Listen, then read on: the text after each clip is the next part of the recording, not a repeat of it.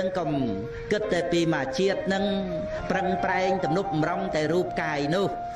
ណែការដែលអប់រំទំនុកម្រងផ្លូវចិត្តនេះឯងបានអភិវឌ្ឍពីលោកយៈទៅរកលោកតរៈបានហើយលោកយៈកុសលនិងលោកតរៈកុសលនេះឯងដែលព្រះអង្គសម្ដែងថាឲ្យមានខ្លួនឯងជាទីពឹងកុំមានរបស់ដតីជាទីពឹងភគវីអេតតវោចៈអត្តទីបាភិក្ខវេវិហរថៈអត្តសរណា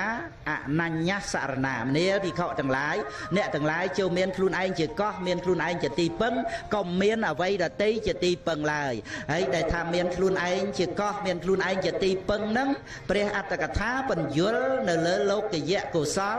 និងលោកតរៈកុសលនឹងឯងដូច្នេះពុទ្ធបរិស័ទយើងត្រូវបាន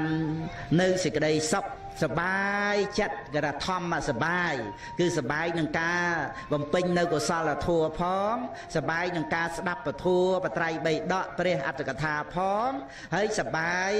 គឺថាធម្មសបាយដោយការបដិបត្តិធម៌ឲ្យសមគួរតាមធម៌